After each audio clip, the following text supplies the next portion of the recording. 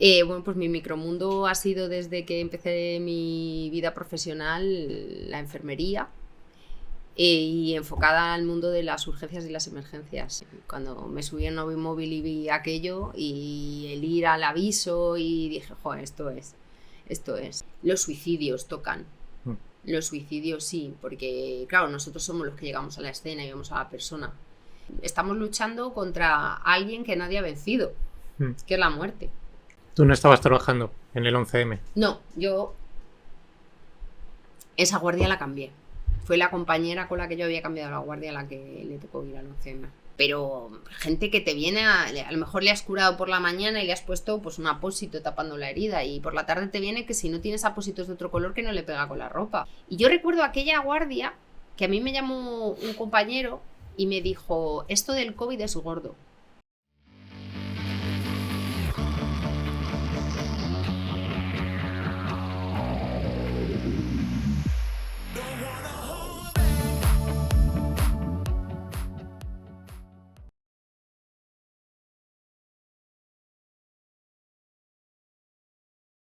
Pues muy bien, bienvenida a Edurne, gracias por estar con nosotros. ¿Quién es Edurne y cuál es tu micromundo? ¿Quién es Edurne y quién es mi micromundo? Bueno, pues mi micromundo ha sido desde que empecé mi vida profesional la enfermería y enfocada al mundo de las urgencias y las emergencias. ¿Y tenías claro desde el principio que te querías enfocar a emergencias? Sí. Ya yo recuerdo en la carrera que venía uno de los profesores vestido con el traje que llevaba el 061 de aquella, y me acuerdo de mirarle con curiosidad, porque claro, eso era algo que no se veía en el hospital, era un uniforme diferente, entonces siempre tenía curiosidad, ¿y qué hará? ¿Y dónde irá? ¿Y a quién atenderá? Porque no estaba en un hospital. Y ya desde allí salí enfilada. ¿Y empezaste ahí una especialización luego de la carrera o cómo funciona? Sí, bueno, al principio cuando terminas la carrera empiezas pues a coger suplencias de lo que te sale. Al principio hospital, pero cuando empecé en el hospital lo que hizo fue dejarme claro que yo no quería estar en el hospital, que la vida hospitalaria me resultaba muy rutinaria. Entonces empiezas a hacer guardias pues en pueblos, empecé en pueblos de Guadalajara, Jadraque, Albalate de Zorita, que allí estás en una especie de chalet con otro sanitario y cubres toda la zona. Tienes un cochecito en la puerta y igual que viene la gente a verte, hay gente que te viene a llamar corriendo porque ha pasado algo, y allí no tienen ni servicios de emergencia. Entonces es ese atractivo de no estar en un hospital cubierto, sino que estás un poco vendido. Claro, y es un poco, no, o sea, para nada rutinario, ¿no? No, claro, nunca. Nunca sabes lo que te va a pasar, nunca sabes, empieza la guardia y nunca sabes qué va a suceder, si va a haber un escape de algo, si no va a haber nada y vas a poder descansar o bueno, y luego claro, después cuando ya quieres meterte en este mundo y empezar a hacer guardias en ambulancia, sí que te tienes que especializar, tienes que hacer un experto universitario, prácticas, UCI, para coger un poco el manejo y recorrido. Y fue el aterrizaje en el mundo real después de haber hecho la carrera. ¿Fue mejor de lo que te esperabas? Pues yo recuerdo que empecé en una planta de medicina interna y cuidados paliativos, que es otro mundo que también siempre me ha llamado mucho la atención y que posiblemente acabe mi vida laboral orientada hacia los cuidados paliativos. Y la verdad es que me recuerdo muy saturada, muy jovencita, muy inexperta, muy perdida. Sí, no creo que salgamos muy preparados al principio en la carrera. De la carrera, ¿no? Lo que pasa es que también es difícil que te preparen para todas las eventualidades que te pueden pasar, ¿no? Hombre, en un hospital, cuando empiezas en un hospital estás como más cubierto, pues siempre hay otros compañeros, estás más rodeado. En la calle al final nosotros somos un equipo de 4 personas. Un médico, una enfermera y 2 técnicos de emergencia. Ya, si no viene otra unidad de apoyo, somos 4. Y entre 4 hay que solucionar la situación. Entonces... Vale, ¿y cuál fue la primera situación que te ha marcado o que recuerdas de que te ha dicho esto es lo que me gusta? Bueno, en el momento que me subí en un Novimóvil. ¿Ah, sí? Sí. Cuando me subí en Novimóvil y vi aquello y el ir al aviso y dije, joder, esto es.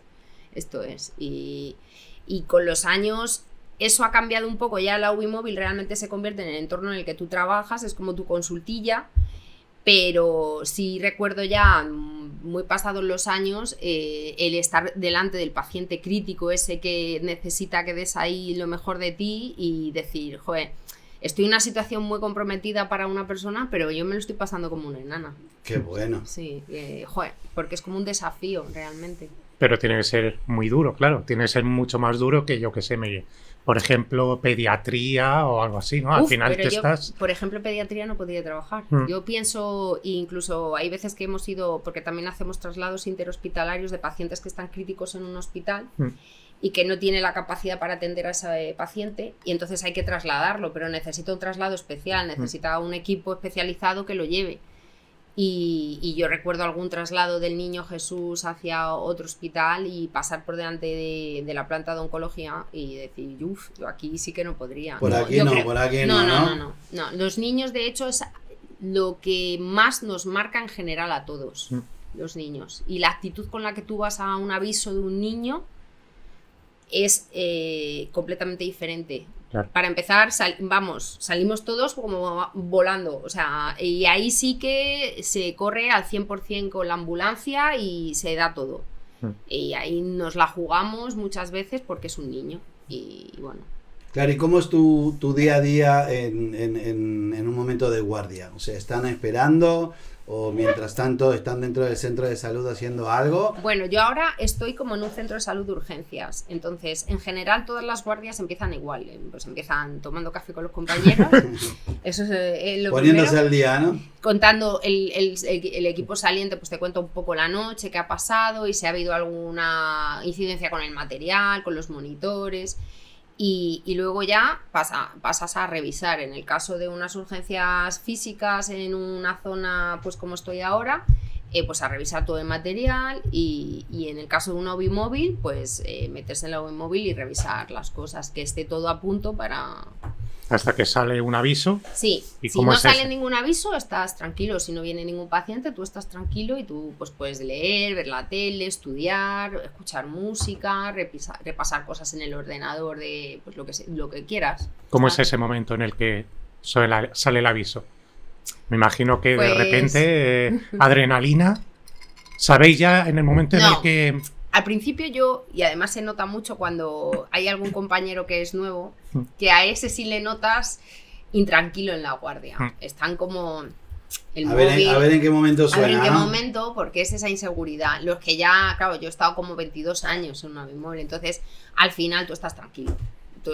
Pues aviso, ¿qué es? E incluso hay veces que tal y como te pasan el aviso y te cuentan qué es, tú ya por cómo te lo cuentan sabes que no va a ser nada grave. Y hay veces que, tal y como te lo cuentan, ya sabes que vas a algo gordo.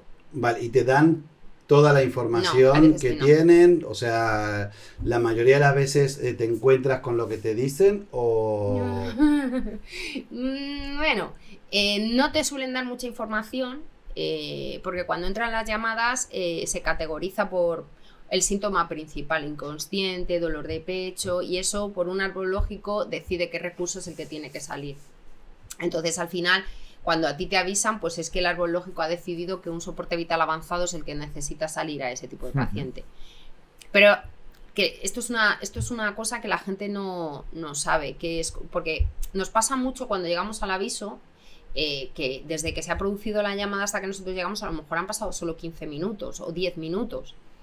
Pero al paciente se le hace un mundo, porque cuando él llama y empieza a hablar con toda esa gente, desde el operador que te coge y te dice buenos días, 112, dígame qué sucede, y empiezas a dar los datos y cuentas qué sucede, hay como un atajo en el que si tú dices algún síntoma que el árbol lógico tiene categorizado como emergencia, directamente se salta y se saca ya el soporte vital avanzado como de avanzadilla. Vale, aunque a ti te sigan preguntando y a ti te parezca que te están preguntando tonterías y, ¿y por qué me preguntas esto? Salir ya, porque realmente con quien uno habla no es la persona que viene a verte. Correcto. Eso, se llama y se localiza por la dirección cuál es el equipo que tiene que ir y si está libre. Hay veces que está ocupado y tienes que sacar al siguiente más cercano.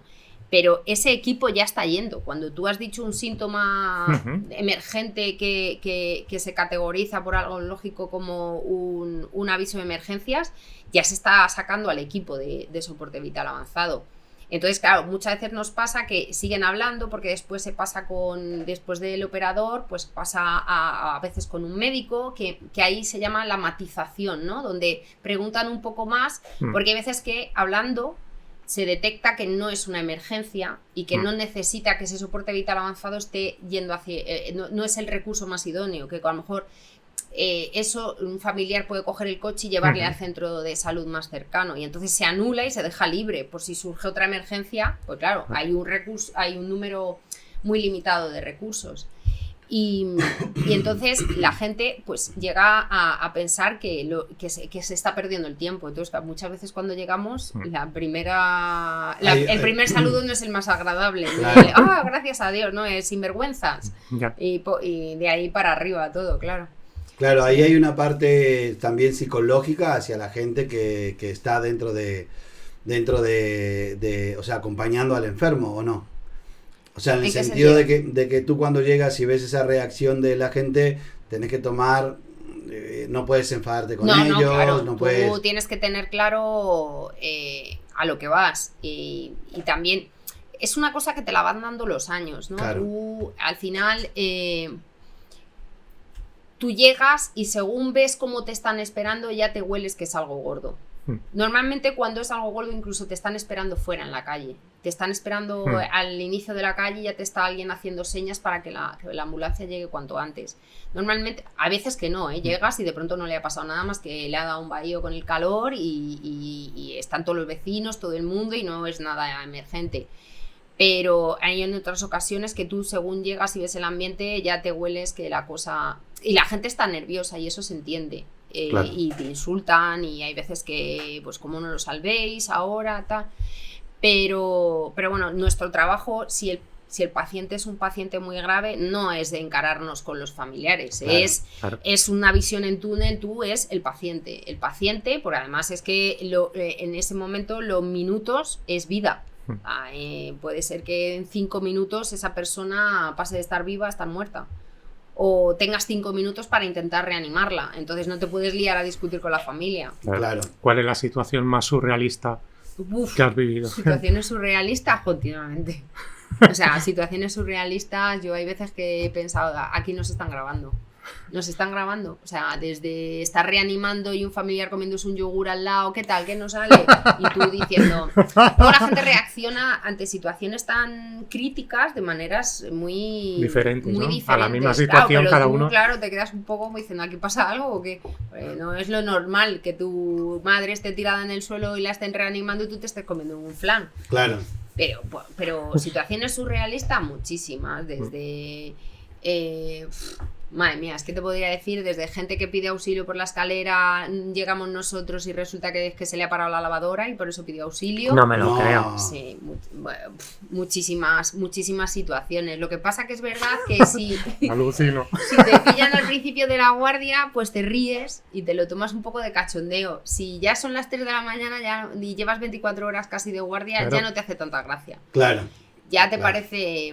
Pero situaciones surrealistas muchas, desde... Hay que tener en cuenta que nosotros cuando vamos a un aviso, por ejemplo en Madrid, lo que es en la zona metropolitana, vamos a los domicilios. Y casi como en este programa son micromundos.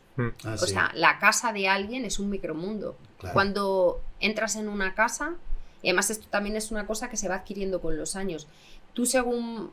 entras, es como haces un barrido de cómo es la situación y ya te das cuenta de si puede haber un problema social, si puede haber una enfermedad mental, si es una casa saludable o no saludable, hay unas condiciones mínimas, si la persona tiene algún problema de Diógenes, Claro, me ha tocado entrar en casas que yo no he podido ni siquiera mantenerme más de 5 minutos en la casa por las arcadas que me daban.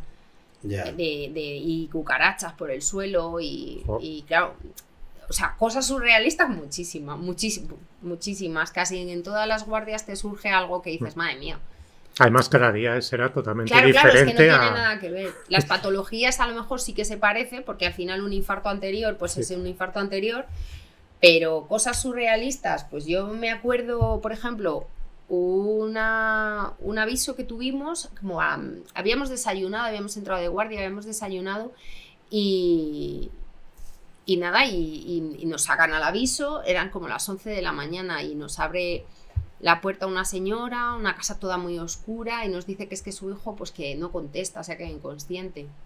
Entonces, bueno, al entrar pues siempre pide, si no hay luz, pues se pueden levantar, te pueden encender la luz. La señora me dice, no, es que no funcionan las persianas. Y claro, era completamente a oscuras. Dices, pero ¿y dónde está su hijo? Y claro, pues vas pasando y la casa completamente a oscuras, no ves nada, porque no entraba nada de luz por ningún sitio.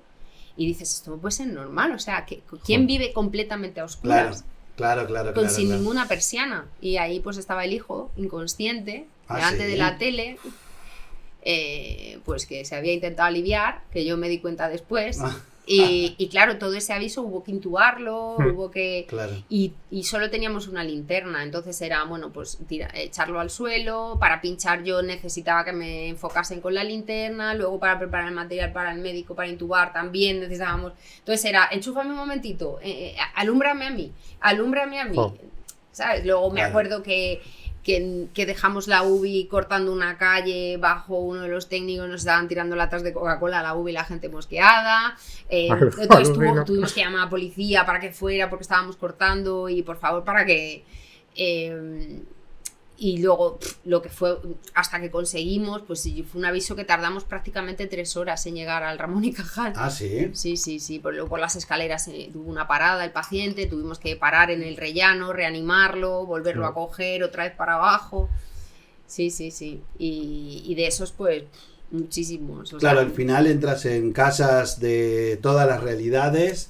De todas las realidades y te encuentras con cosas totalmente sorprendentes que crees que no existen. Y existen. Y están alrededor. Yo digo, madre mía. ¿Y cómo convives con ellos?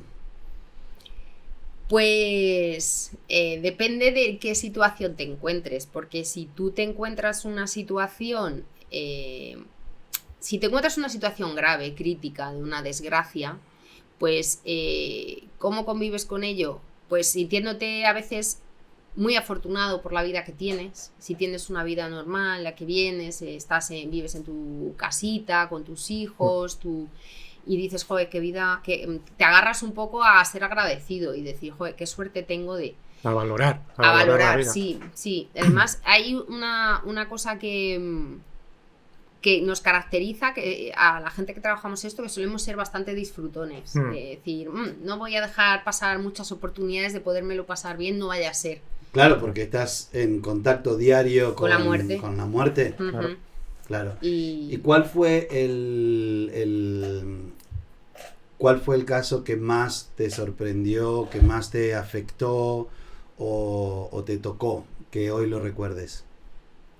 A ver, recuerdo varios, pues hombre, por ejemplo, puedo hablar en generalidades, ¿no? Los suicidios tocan.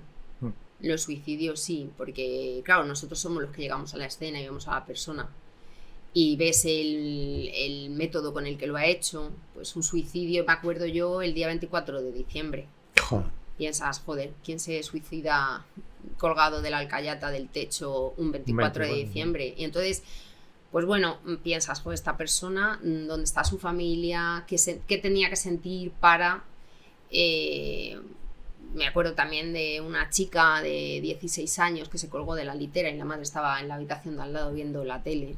Y claro, pues la madre, intentamos reanimar a la cría, y la madre no daba crédito, estaba viendo pues un tal show de estos que echan por las tardes en la tele, pues imagínate la madre que oyó un golpe, pero siguió viendo la tele, pues está la chavala en la habitación y nunca se pudo imaginar que es que su hija se había colgado de la litera y estaba muerta. Qué duro, ¿no? ¿Y cómo manejáis esos momentos, el trato a los familiares, ¿no? También nos tendréis que ocupar de ellos. Sí, claro, ¿no? cuando tú llegas y te pones a reanimar y al final, pues como en el caso de esta chica, pues no salió, pues claro, luego te queda la otra parte, ¿no? Es la familia. por un lado, en este caso, recuerdo que había, pues, claro, llega la UBI móvil, la policía, pues se monta un pollo bastante importante y entonces, claro, todos los vecinos empiezan a salir y los vecinos intentan entrar a ver qué pasa, siempre te preguntan, cuando te ven entrar siempre te suelen preguntar ¿a qué piso vais? ¿Qué pasa? Pues nunca contestamos, porque no le interesa a nadie a qué vamos. Y cuando solemos bajar, pues también te dicen ¿qué ha pasado? ¿Quién ha sido? ¿Qué ha sucedido? No, tampoco no solemos contestar. La gente se lo suele tomar mal cuando les dices caballero, no le puedo contestar, no le podemos dar ese muy. Y luego lo que es la familia, pues acoger la emoción, o sea, a lo mejor en el caso de esta cría no, pero en otros casos, pues incluso si ha pasado en el salón, pues tiras un poco de los familiares para que te sujeten un suero, para que presencien, tú avisas que a lo mejor lo que van a ver no es muy agradable, pero no les impides estar. Porque yo creo, todos tenemos el convencimiento después de muchos años que cuando dejas que la familia esté presente durante la reanimación e incluso que colaboren en cosas tan tontas como que te sujeten un suero, tráeme una bolsa, no tendrás una sábana, y ven que tú estás haciendo todo lo posible, yo creo que eso ya, aunque el paciente no salga, ya estás empezando a trabajar el duelo. Sí. A prepararlo de alguna manera. Si ya no tienen la sensación de no se ha hecho nada, tienen la sensación de se ha hecho todo lo posible. Yo he ayudado incluso, ha salido todo, pero pues yo siempre le digo a los compañeros que a veces, pues claro, se afectan de... Sobre todo cuando estás dando clases de reanimación, es que claro, ¿y qué pasa cuando, cómo sentís? Bueno, nosotros, yo siempre digo, estamos luchando contra alguien que nadie ha vencido, que es la muerte. Sí. O sea, nosotros luchamos contra la muerte.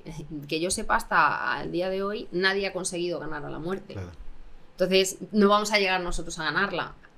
A veces la podemos engañar un poco, pero no, es muy complicado. Y hay veces que lo que le sucede al paciente, hubiéramos estado nosotros incluso presentes mientras pasaba o no hubiéramos tenido nada que hacer. Ni siquiera cuando ocurre a veces en una mesa de quirófano con el mejor cirujano. O sea, es que la muerte avasalla. Sucede. Sí, se lleva claro. Se nos va a llevar a todos y se lleva a todo el mundo. Entonces, a veces que la engañas un poco, pero no siempre. ¿Ha habido algún momento o alguna situación en que la intuición os ha ayudado más que procesos? ¿Sí? La intuición y la experiencia siempre, mucho más que el... ¿Protocolos o que...? Sí, la intuición, la experiencia... hay algo siempre, la intuición además está ahí en nuestro sistema reptiliano desde hace millones de años diciéndonos, oye, que aquí pasa algo. Y con ese rastreo que contaba, cuando tú entras en el domicilio o en la situación, no te cuadran cosas y enseguida dices, uy, o te hueles por dónde va a ir el aviso, de pues esto ha pasado por esto, porque hay veces que sí que es verdad que tienes que dirigir la reanimación y solventar el problema que causó el evento. Entonces, intuyes, preguntas. Claro, aquí tuvimos a un bombero, que jefe de dotación, ¿no? Sí. Que nos contaba que cada vez que había un llamado, cada uno sabía perfectamente lo que tenía que hacer. Desde que subían, desde que llegaban a la guardia, ellos tienen asignado un rol dentro de cualquier tipo de urgencia. ¿Sucede lo mismo? Bueno, quizá nosotros no somos tan rígidos como bomberos. Bomberos sí que es verdad que tienen muy protocolizado todo, y el que es emisora, y el que lleva bomba. Y además incluso ellos cuando llegan a los accidentes de tráfico extienden una lona, colocan las herramientas y son muy metódicos. Nosotros es que la medicina no siempre son 2 más 2. Claro. Y luego ni la medicina es 2 más 2 y cada persona es un mundo. Entonces sí sabemos cuál es nuestro papel.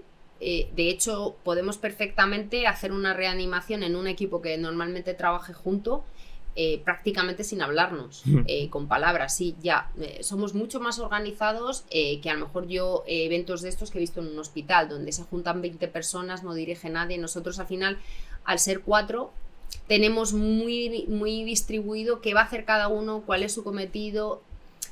Sí que es verdad que a veces cuando a alguien se le puede atascar una técnica y tal, pues echamos mano todos, pero al final tú cuando reanimas a alguien y lo tienes que bajar, por ejemplo, desde un 7º, hay que, entre comillas, envolverlo, fijar todo y después bajártelo en un ascensor o por unas escaleras. Claro. Y a lo mejor esa persona pesa 100 kilos. Entre 4 tenemos que tener una coordinación muy exquisita, tirar de familiares que estén presentes para que nos ayuden, porque claro, esto incluye monitores que pesan 10-15 kilos, mochilas, balas de oxígeno. Bueno, al final nosotros montamos una UCI en un salón. Sí. Claro. En el salón de una casa. Sí, pero eso pesa. Todo eso es claro, donde sea, sí. Claro, y hay mucha rotación en cuanto a los puestos de trabajo de enfermera de emergencias. Cuando ya eres más o menos fijo, no. Sí que es verdad que en nuestro servicio había cada 2-3 años se hacía una movilidad que yo creo que estaba bastante bien, porque los equipos al principio, cuando tú llegas a un equipo, está esa fase en la que te conoces, un poco como una relación de pareja, esa fase de luna de miel, te conoces, todo es maravilloso. Claro, al final son 24 horas juntos. Claro. Comemos, dormimos, cenamos, desayunamos, puedes llegar una semana mala para ti, llegas a la guardia y luego estamos trabajando en situaciones muy estresantes. Claro. Entonces, cada 2-3 años se hacía una movilidad que permitía cambiar de equipo, porque sí que es verdad que después había equipos que son capaces de trabajar entre ellos sin hablarse, porque no se llevan bien, y a lo mejor médico y enfermero no se hablan, y entonces es dile al enfermero que ponga no sé qué, dile al enfermero o dile al técnico que haga sí. Entonces lo bueno es que ahí se permite la movilidad. Luego entre nosotros también podíamos hacer cambios entre unidades, te podías cambiar de recurso, a lo mejor podías cambiar con alguien de un coche de enfermería, con un helicóptero, con un coche médico, irte al centro coordinador a coger llamadas. O sea, si luego tienes dentro del sistema, tienes posibilidad de moverte, tanto de zona de Madrid como de recurso. Claro, aquí en Madrid hay una zona en la cual hay más accidentes domésticos o peligrosos, donde ustedes mismos tienen que ir con la policía, o van a todos los lugares de Madrid solos. A ver, hay zonas de Madrid que si simplemente cuando te dan la dirección pides policía. Porque no entras en esa zona, en la Cañada Real no entras si no vas con policía por delante. Y si tiene que ir la UIP, pues que tiene que ir la UIP delante de nosotros, porque te tiran piedras, o sea, entrar en la Cañada no es, o de cuando yo empecé la Celsa, sitios de estos complicados, y luego zonas de Madrid también complicadas, que casi dices, y sobre todo si prevés que te están sacando de zona y vas a tardar un poco más de lo normal, porque a lo mejor si tú estás en el barrio del Pilar y te están sacando a una zona de Madrid conflictiva por un poco las personas que viven en esa zona, dices, manda policía por delante. Claro. Y no llegamos hasta que no está policía, porque sí que hay historias de agresiones y de pedir policía urgente, claro. Sí, ¿te has vuelto a encontrar con alguien que le ha salvado la vida? Sí. ¿Y eso cómo es? Pues bueno, yo me acuerdo, era un señor que era en un pueblo de Madrid, que tenía una residencia, llegamos y nos costó bastante sacarle, y al final, como a las 2 semanas, nos dijeron que estaba de alta, 2-3 semanas que estaba de alta, y fuimos al pueblito y estaba el señor en el bar. Tomándose su cafetillo, y no, claro, bueno, pues la gente muy agradecida, sí, porque claro, le has dado otra oportunidad no, y eso le da sentido a toda tu carrera, claro, a todo. Claro, eso sobre todo cuando además de que has conseguido llegar con el paciente al hospital, que luego ves que no ha habido secuelas neurológicas, porque eso también, cuando está la cara mala, que es cuando tú has conseguido reanimar, pero ha habido secuelas neurológicas por falta de oxígeno al cerebro, y entonces piensas, igual nos excedimos con las medidas y debíamos de haber parado antes. Claro, son decisiones muy difíciles de tomar, sobre todo con gente joven. Claro, en un tiempo difíciles, y que quizá puedes pensar, ¿y quién soy yo para decidir? O sea, tú tienes que salvar. En algún momento tienes que parar, no puedes estar 3 días reanimando a alguien. Sí. Entonces, pero claro, tomar esa decisión cuando es además gente joven, pero claro, luego si no has tomado la decisión en el momento idóneo y has continuado, has conseguido reanimar, pero a las 2-3 semanas en un seguimiento posterior te enteras que ha habido afectación cerebral y que esa persona pues necesita ayuda para comer y que dices va a vivir los siguientes 10 años en una silla de ruedas, asistido, la familia con una carga, en fin, el sistema tampoco ayuda a este tipo de personas después con tanta dependencia. Y te quedas un poco planteándote dilemas éticos, porque hay dilemas, hay un poquito... Claro, no, y la culpabilidad, manejar la culpabilidad, ¿no? Porque al final te podés llegar a machacar. Culpabilidad no, porque en el fondo tú lo que estabas haciendo era buscando el bien del paciente. Lo que pasa que incluso en esas situaciones en las que tú estás buscando el bien del paciente, tienes que pensar hasta dónde tienes que llegar por ello. Y eso también pasa en cuidados paliativos. Por eso son las dos ramas de la enfermedad. Y digo, madre mía, debe ser que te quería yo estar en contacto con la muerte. Pero que se llama la limitación del esfuerzo terapéutico. Es decir, en un paciente paliativo que tiene una enfermedad incurable, hasta dónde la medicina tiene que llegar para curar y cuando es simplemente consolar, paliar, acoger y minimizar los síntomas y ya. Y dejar de pensar en vamos a intentar salvarlo, porque volvemos a lo mismo, el contrario es poderoso. Claro. Muy poderoso. Pero en una guardia de 24 horas llega un momento que estás exhausto, que no estás... Sí. ¿Por qué existen esas guardias tan extensas? Bueno, a ver, pues son varios factores. El primero de ellos es porque ese era algo lógico desde que entra la llamada hasta que se matiza, hay veces que peca por exceso y entonces saca de soporte vital avanzado demasiadas cosas, con lo cual al final, por muchos recursos que tenga la Comunidad de Madrid, que tiene y muchísimos, es una de las mejores comunidades en cuanto a la cobertura de emergencias que puede tener Europa. Pero claro, al final si tú sacas una UBI móvil para todo, hay un momento que te quedas sin ellas. Y cuando acaba una UBI móvil ya le estás dando el siguiente aviso. Y al final eso machaca a los profesionales. Eso por un lado. Por otro, ¿por qué se hacen esas guardias? Bueno, pues porque al final es un poco conveniencia entre la administración y los profesionales que también prefieren, pues mira, hago una guardia y descanso X días y luego desconecto y luego vuelvo a la siguiente. Y luego son exhaustas, sí, no tienes muchos avisos, pero esos avisos sí eran graves. ¿Por qué? Porque tú cuando estás y se han hecho estudios de esto, cuando tú estás en una situación de reanimación es muy estresante o estás sacando a alguien de un coche con bomberos, esa persona se para dentro del coche, tú estás focalizado en lo que estás haciendo, pero para hacer eso necesitas unos niveles un poco intermedios de adrenalina. Estás en una situación muy adrenérgica, estás muy activado. Estás teniendo descargas a las que a veces no somos conscientes los reanimadores que las estamos teniendo, pero las tenemos. Y además, en exceso no, pero en una cierta medida sí son necesarias porque eso te activa, te hace muy rápido, te hace muy veloz pensando, te vas adelantando y entonces es buenísimo. Pero cuando acaba el aviso, es como si te hubiera pasado un tren por encima. Claro, es un bajón. Es como... Yo cuando fumaba me tengo que sentar un momento en el escalón de la UBI, me tengo que fumar un cigarro en silencio, tranquila, con una botella de agua fría, y necesito estos 5 minutos. Porque, y claro, si además después de eso tú tienes que lavar, tienes que reponer todo lo que has usado, porque claro, en ese momento tú...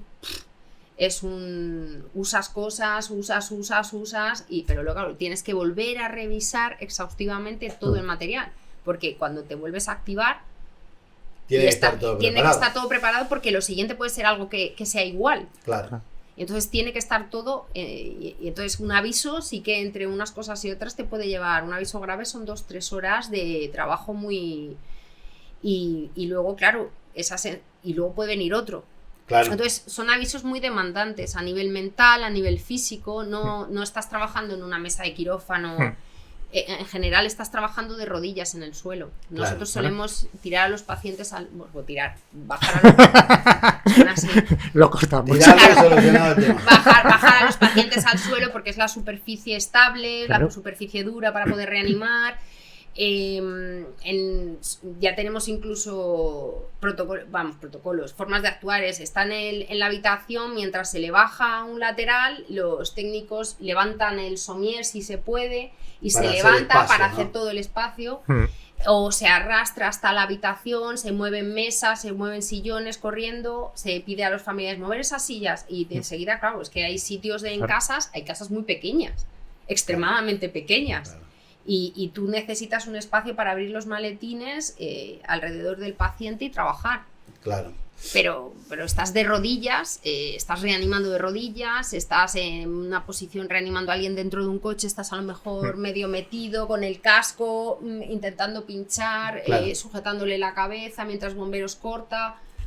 Físicamente tienes que estar bien también. Sí, mucho. Vale, ¿y ayuda psicológica reciben? No, así de manera reglada no. Yo supongo que habrá compañeros. Creo que cuando fue el 11M sí que hubo a gente que se puso que se les puso ayuda, porque sí que hubo gente que se quedó tocada. Sí. Pero así de por norma general no, hay psicólogos pero que atienden para ayudar ahora a los familiares, la ayuda esa que decíamos de la familia, de cuando es un evento muy traumático. Sí, hay psicólogos, pero para el profesional no. ¿Tú no estabas trabajando en el 11M? No, yo esa guardia la cambié. Fue la compañera con la que yo había cambiado la guardia la que le tocó ir al 11M. Sí. ¿Y cómo te sientes después? ¿Te habría gustado estar? ¿Te alegras de no haber estado? Después de ver cómo quedaron en algunos compañeros míos después de haber estado allí, profesionalmente confío en que mis compañeros lo hicieron igual de bien que lo podría haber hecho yo. Pero viendo cómo algunos se quedaron a nivel anímico, dices, agradezco haberme evitado este drama, que si me hubiera tocado, hubiera ido y hubiera respondido como respondemos en todos los avisos, pero es verdad que dices, bueno, de una que me he quitado, ¿sabes? Claro. Porque sí que es verdad que te llevas cosas, sí te llevas cosas. Pero de repente llega un día y vas a Sumatra, al tsunami de Indonesia. Ah, sí.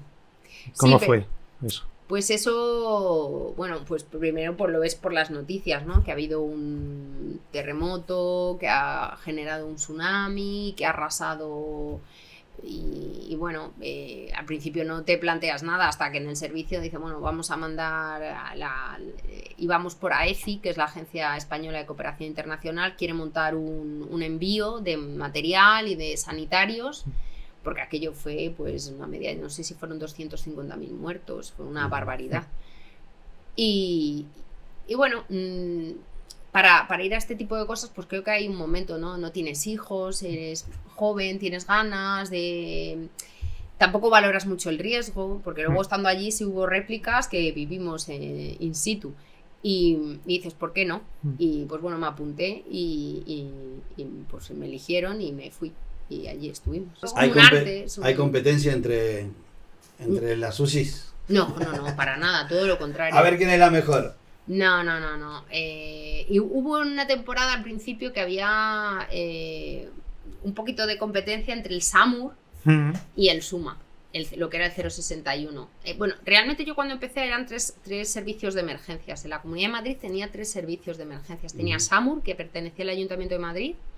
Luego estábamos los del 061, que el 061 era como en todo el territorio nacional, que pertenecíamos al INSALU, antes de que se pasaran las competencias. Y luego estaba el SERCAM, que era Gallardón montó un servicio de emergencias adherido a bomberos, que estaban en las bases, y al final SERCAM y 061 se fusionaron y se creó el SUMA 112, que es lo que salen ahora de fosforito.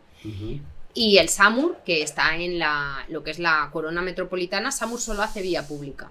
Solo hace vía pública de la zona de los distritos del ayuntamiento y coge algunos trozos de la M40. Ah, vale. ¿No entran en casas? No entran en casas. Entran en algunos edificios públicos que pertenecen al ayuntamiento, algunos organismos, colegios y tal, pero los domicilios de toda la Comunidad de Madrid es del SUMA. Edurne, ¿y cómo fue el proceso de llegar al tsunami de Sumatra? El proceso ¿De fue dónde sale?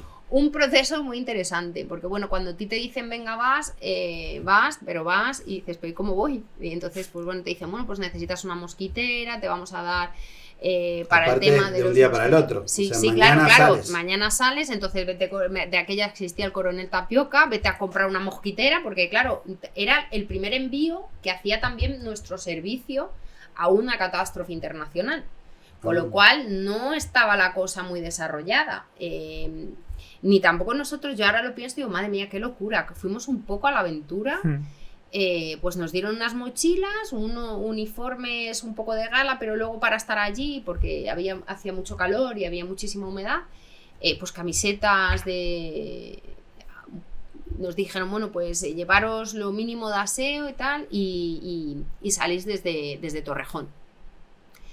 Y allí, bueno, pues en Torrejón nos juntaron con bomberos de Granada, bomberos de Córdoba, 061 de Mallorca, me acuerdo también de 061 de Canarias, pues un batiburrillo de servicios de emergencia, médicos, enfermeros, técnicos, bomberos. ¿Pero eso sale un aviso y te apuntas o te dicen, venga? No, te puedes apuntar, es voluntario.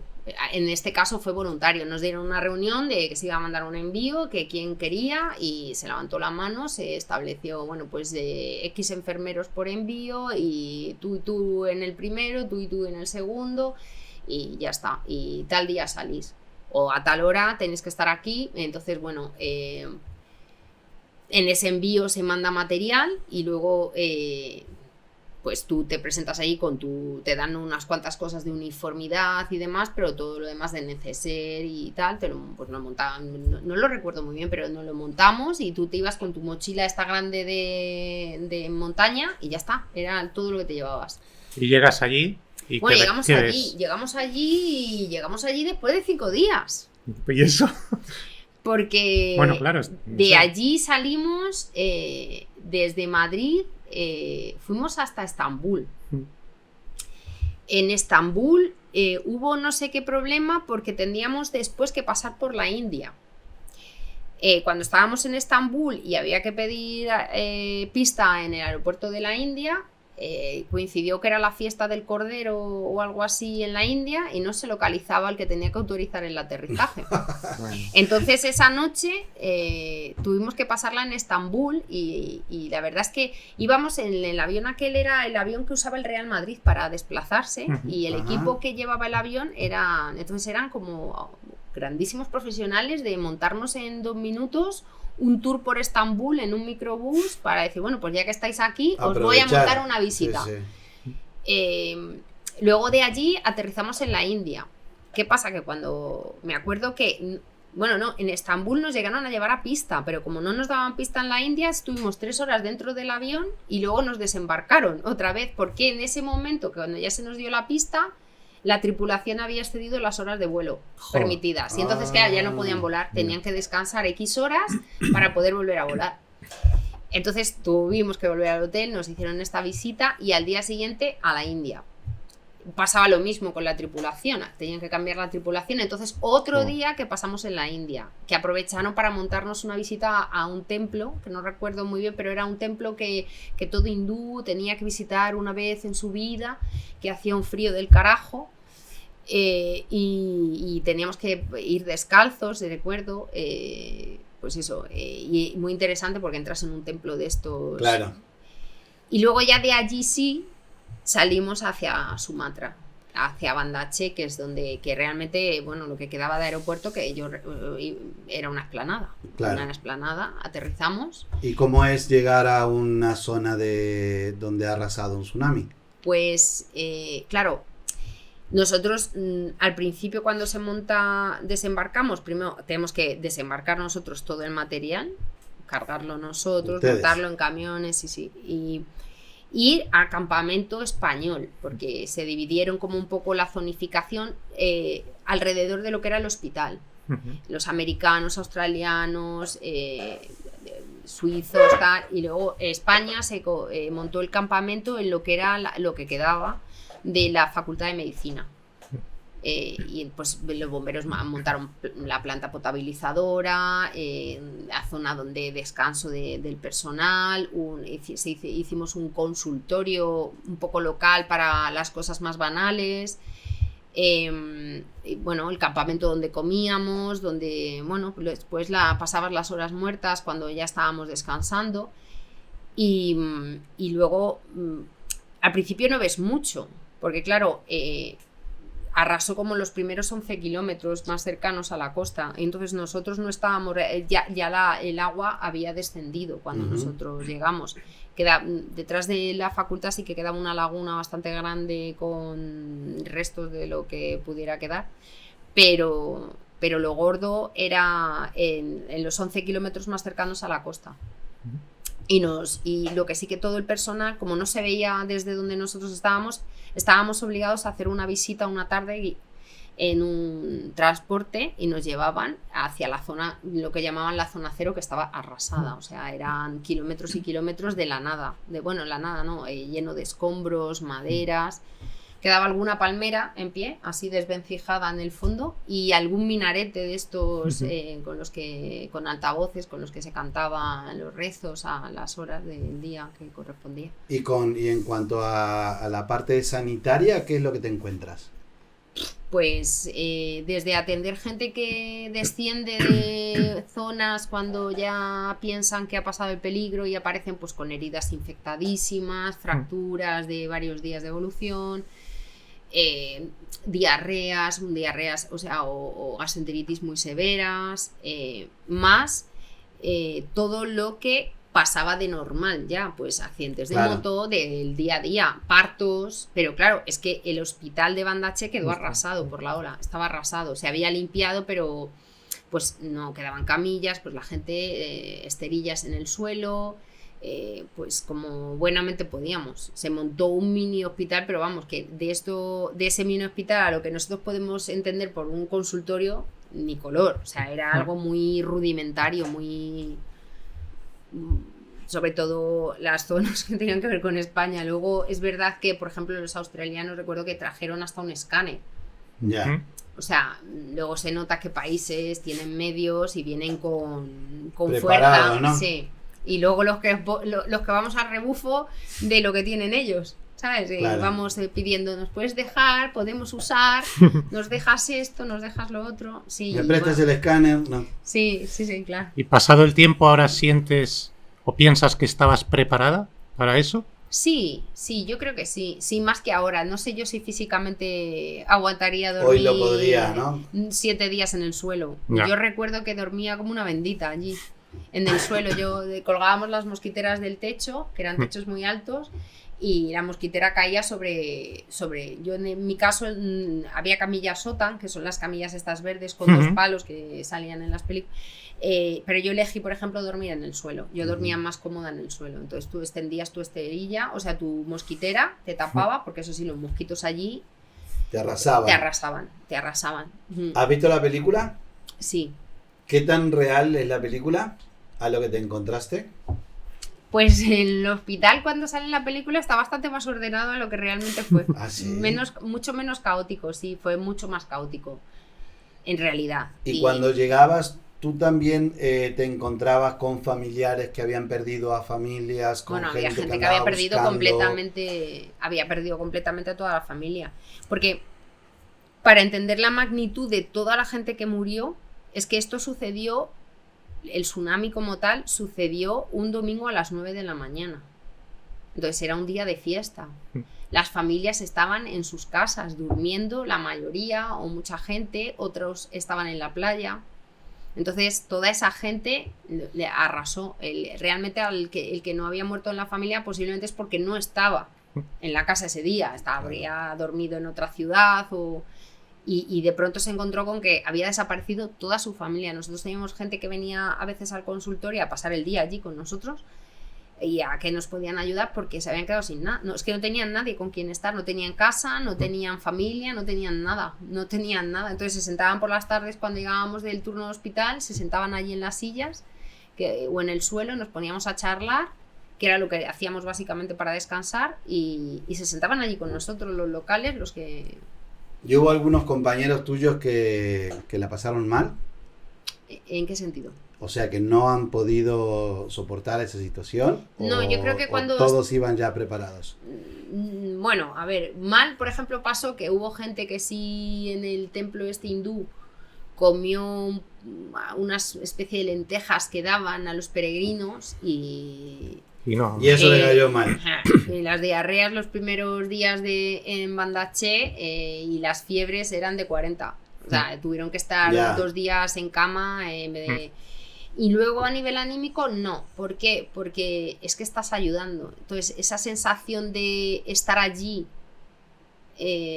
casi al mismo nivel que están ellos, porque realmente tú tampoco tienes mucho. Nosotros prácticamente te duchabas 2 minutos al día, tenías 2 minutos de agua para poderte duchar, ibas al baño en letrinas y comías comida en lata de las raciones militares que... Claro. Entonces, y no tenías más, o sea, y tenías 4 uniformes de camisetas y no había más, es que no había nada más, dormías en el suelo y encima luego te pasabas 12 horas trabajando, desde cuando te tocaba hospital, pues te ibas al hospital y cuando te tocaba consultorio, pues estabas allí y algún día pues tenías descanso, media tarde o media mañana y no vas mal porque sientes que estás ayudando. Claro. ¿Y eso es un no parar de consultas o...? Sí, porque además luego le cogen el gustillo. Van hasta por las dudas. Sí. Yo me acuerdo que al final venían por cosas nimias y pedían, teníamos cajas y fuimos con farmacéuticos también que organizaron incluso farmacia. Unas cajas de vitaminas y venían por las vitaminas. ¿Ves qué me pasa aquí? Una vitamina de esas igual. Entonces tú le dabas ahí un puñado de vitaminas y se iban tan felices. Sí. Luego se hacen muy dependientes. Cuando ven que hay un sistema ahí sanitario que, claro, ellos no tienen de normal, les vuelve locos. O sea, es como, me pasa esto, cúramelo. Qué bueno. Y casi lo más duro fue la vuelta. Cuando vuelves a... Eso te iba a preguntar, ¿cuál es el choque con la realidad luego de venir de ahí? Pues el choque es, me quiero volver. ¿Sí? Sí, el choque es, quiero volver. Sí, porque es curioso, ¿no? Y esto sí que lo he oído de gente que ha ido pues de misioneros a zonas muy deprimidas.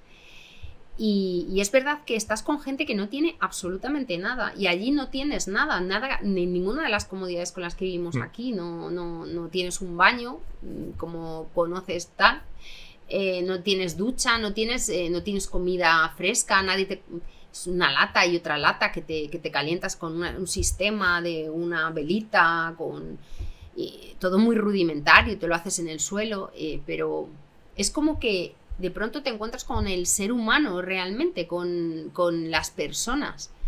Y cuando llegas aquí, es como que te invade la sensación de que aquí todo es tan superficial, tan de cartón, tan que no es necesario tanto para ser feliz. Y que con tanto no somos felices y tanto, ellos con tan poco. Exacto. Y que nada que tienen te lo dan.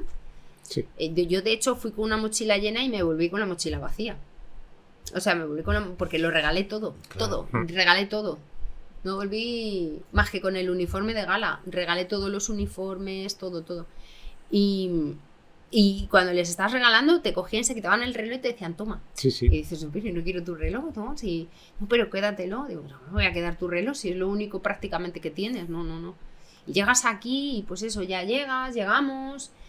Te daban unos días libres, luego que si recepción en el Palacio Real, luego que si recepción en la Comunidad de Madrid, luego que si otro evento y decías, pero esto, ¿sabes? No... Tu cabeza estaba allí. La ayuda está allá, sí, no yo casi que prefiero que me lo paguéis en dejarme ir otros 10 días más o... Claro.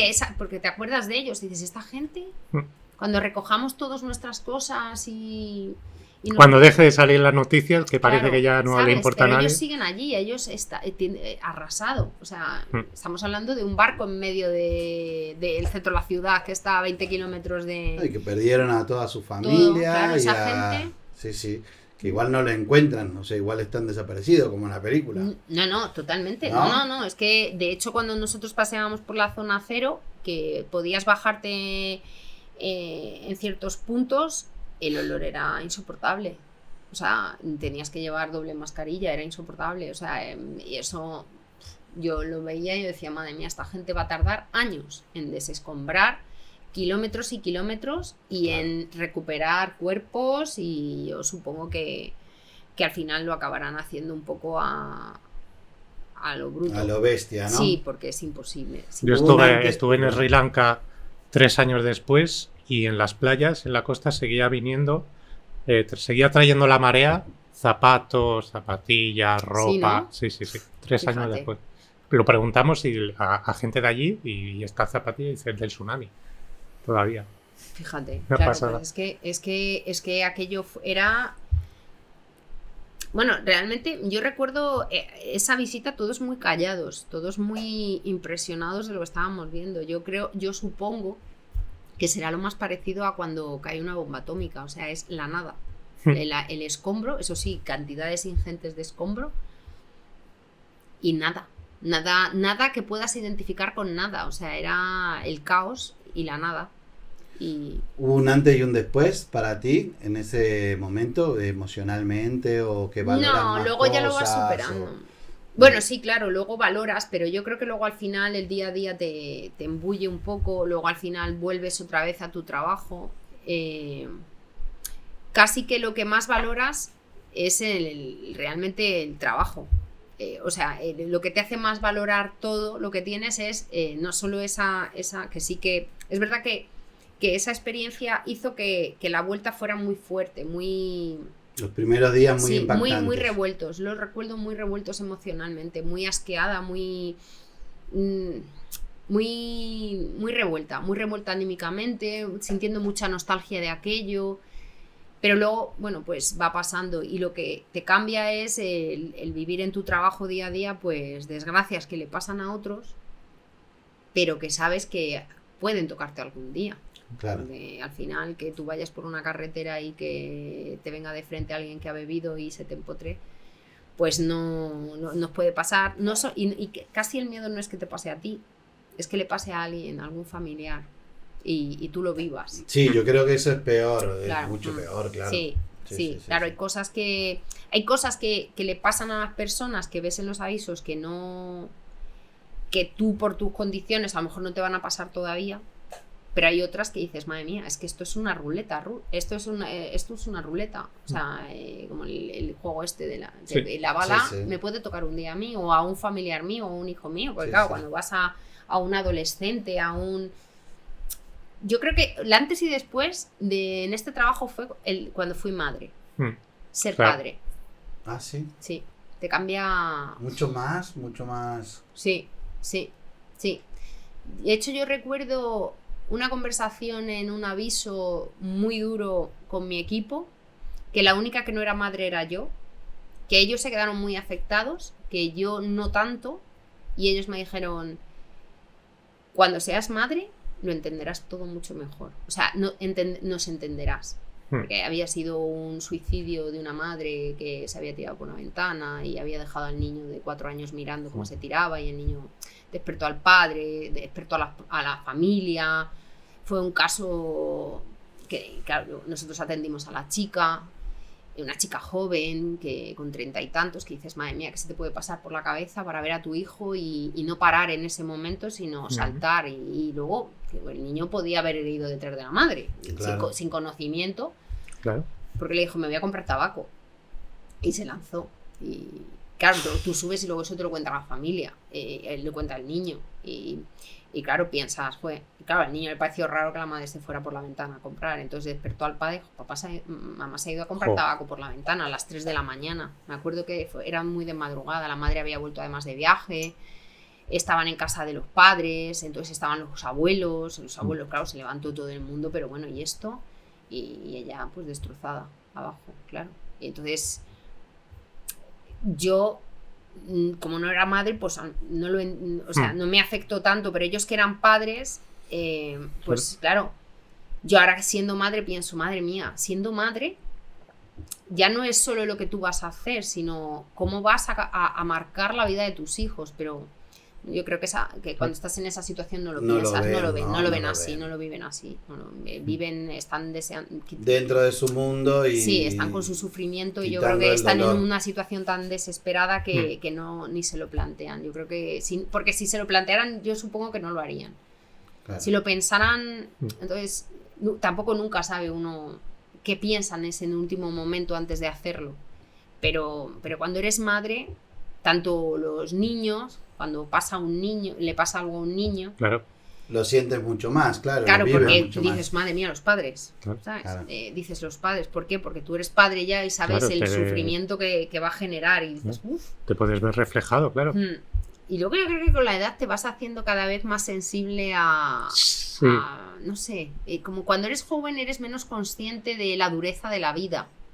Y según vamos cumpliendo años te vas dando cuenta de que la vida es dura y que hay gente que tiene vidas muy duras y que les pasan cosas muy, muy duras y muy fuertes.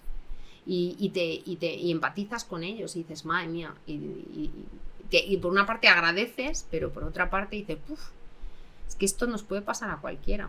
Ya, bueno, también, o sea, la mayoría de la gente no ve ese otro contexto, claro, no ve esa otra vida y ustedes están expuestos diariamente a ver toda esa otra parte, claro, lo que te ayuda a darte cuenta o abrir los ojos, ¿no? A veces también, en los últimos años yo pensaba, madre mía, qué momentos vives a veces, ¿no? De tragedia. Y dices, Juan, me gustaría ahorrarme alguno. Claro. ¿Sabes? Me gustaría ahorrarme algún momento de abrazar a esa madre que ha perdido a su hija o a esa esposa que ha perdido a su marido. O es que situaciones, claro, se lo venía contando a Carlos, digo, es que hay avisos en los que a lo mejor está la nieta viendo la tele con el abuelo, va la nieta al baño y cuando vuelve el abuelo está en parada. Claro. Llama a la abuela que está en la cocina y ya se ha liado. Y tú llegas allí, que la abuela además ha llamado ya a los hijos y van llegando hijos y la nieta que lo ha visto, luego hablar con la nieta, ¿sabes? Y dices, madre mía, en un momento en la que se puede preparar y tú estás allí como espectador, pero estás. Claro. Y dices, algunas de estas me gustaría ahorrármelas. Claro, ¿sabes? porque luego hay que llegar a casa. Y luego hay que llegar a casa. Sí, y cuando te vas haciendo mayor, lo vives de otra manera, le das más vueltas al coco y piensas, madre mía, esto. Porque claro, también quizá ves reflejado lo que va a poder ser la muerte de un pariente cercano, claro. Porque claro, todos vamos creciendo, todos vamos envejeciendo y es ley de vida que según pasan los años que toque, o te toca a ti o le toca a alguien cercano, o le puede tocar, pues yo qué sé, cuando vas con adolescentes, pues claro, vas a alguien que va borracho y ha tenido un accidente frontal con alguien que iba a trabajar, claro. Pues piensas, es que puedo ser yo, es que pueden ser mis hijos volviendo claro. De las fiestas de no sé dónde, claro. Y es que pasa que ves peligros también por todas partes, agradeces mucho, pero ves peligros donde las otras personas no los ven. Ni los notan, claro. Ni los notamos. Claro, pero tú los ves, dices, es que claro. Yo he tenido un aviso que pasó esto, es que yo aquí he tenido un aviso, es que yo, no sé qué, claro, decían, el otro día hubo un vuelco, decía, es que, ¿cómo va a volcar un coche? Digo, si es que yo he ido a un vuelco en Valdetorres, en el casco urbano de Valdetorres, que dices, pero ¿cómo puede volcar un coche? Pues y con un fallecido, que dices, pero ¿cómo puede ser posible? Si es que en el casco urbano de Valdetorres no puede volcar un coche, claro. Y dices, sí, puede volcar, puede pasar. Y pasó. Y yo estuve. Claro. Aquí volcó el otro día uno, pero que tampoco. Y efectivamente yo pienso, pero ¿cómo es posible? Sí. Que haya volcado claro. Un coche. O sea, ¿cómo es posible? Pero, claro, ves peligros y ves cosas. ¿Por qué? Porque has estado en situaciones que dices, sí, no. Yo qué sé. Yo acabo de hacer una obra en casa y yo veía a los obreros y con la radial sin una carcasa de estas de protección. Y yo, oye, ¿no usáis una carcasa de protección? No pasa nada. Digo, sí que pasa, porque yo fui a un aviso y un señor que le quitó la carcasa, le saltó el disco y le cortó la cara y una mano. Claro, entonces, por ejemplo. Sí. Entonces digo, sí, ¿qué pasa? ¿Qué pasa? Porque tú estás... Y me miraba el hombre como diciendo que no pasa. Digo, que sí, que te lo digo yo, que sí, que pasa, que yo he estado, que yo, ¿sabes? O las abuelas que hacen todavía el jabón con la sosa y el aceite. Dice, no, si esto es muy de pueblo, se hace el aceite. Y digo, ya, pero yo fui a una señora que le cayó el bidón de sosa cáustica encima. Lo calzaba con unas piedras y al moverlo perdió el equilibrio y un bidón completo de sosa cáustica encima. Y digo, es que eso tiene su peligro. No, si esto es de toda la vida lo hacen. Digo, ya, pero que tiene peligro. Pero que se yo puede hacer con cuidado. Pero es como todo, ¿no? No nos damos cuenta hasta que sucede. Sí, claro, pero nosotros lo vemos. Claro. Y vemos el perro que muerde, el que se cae del caballo y... Y cuando viene alguien triste porque perdió en el pádel... pues le digo para matarlo, ¿no? Ya. Uy, sí, no, bueno, luego está la cara, está eso y luego está la cara B, que es el que va a demanda urgencias por cosas que dices, pero vamos a ver, o sea, estamos perdiendo la cabeza como sociedad, ya estamos... Porque creo que me duele un poco aquí, que tengo una contractura... No, ni eso, fíjate, una de las cosas que justifico de ir a urgencias es que tengas dolor, ¿no? Y que no lo puedas controlar. Porque el dolor cuando duele y molesta mucho cuando te duele algo. Pero gente que te viene a lo mejor le has curado por la mañana y le has puesto pues un apósito tapando la herida y por la tarde te viene que si no tienes apósitos de otro color que no le pega con la ropa. Claro, y ahí es en esas situaciones que piensas, me están grabando. O sea, yo no sé la cara que pondré cuando me están diciendo ese tipo de cosas, pero es como... Vamos a ver. ¿Me estás tomando el pelo? ¿Me estás tomando el pelo? Sí, ¿En serio? Sí, o sea, sí. ¿eres capaz de venir a un servicio de urgencias a decir esto? Claro. ¿No sientes que no hay ninguna parte de ti que cuando vas a entrar a un servicio de No te da urgencias... vergüenza. No sé, ¿qué piensas? Esto es... Pues es que no es ni una ni dos. Gente que... es que me he afeitado y me he cortado. ¿De verdad? No. Sí, te lo prometo. Sí.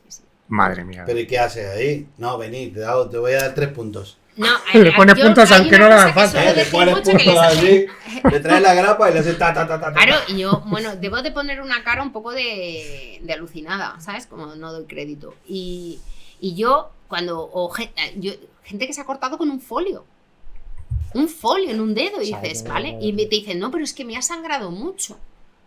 Y claro, tú le miras el dedo que no ves ni la herida y dices, pero mucho.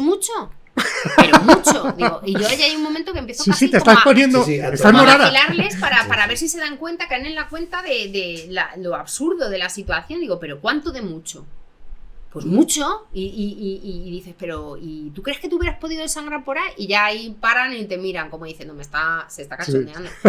Claro, y me digo, claro, es que si te cortas y no sangras, pues te llevo a la tele y nos hacemos ricos los dos. Claro. Porque lo normal es que si te haces un corte, sangres, pero un folio, pues no sé, quiero decir, o sea, en la era de la información, del ChatGPT, de todas estas cosas, que alguien te venga porque se ha cortado con un folio, o pues, casi me han pasado cosas más surrealistas por gente que va por cosas que, pues, que vengo de la piscina y me he hecho socorrista que tengo un dedo gordo del pie de diferente color que el dedo gordo del otro.